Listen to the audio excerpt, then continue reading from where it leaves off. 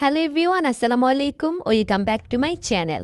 চলে এসেছি নতুন আরেকটি রেসিপি নিয়ে। আজকে তৈরি করে দেখাবো সিমের বিচি দিয়ে তেলাপিয়া মাছ।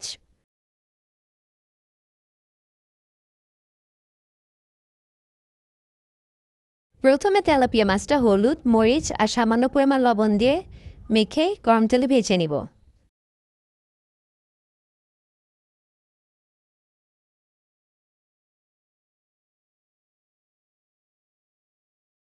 মাছটা ভাজা হয়ে গেলে এখন দিয়ে দিব পেঁয়াজ। পেঁয়াজটা সামান্য ব্রাউন করে ভেজে নিব।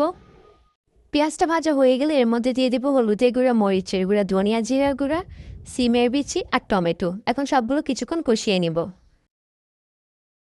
কষানো হয়ে গেলে দিয়ে দিব স্বাদ মতো লবণ আর পরিমাণ মতো পানি।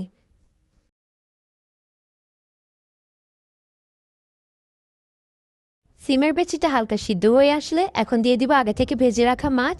এখন ভালো করে রান্না করে নেব।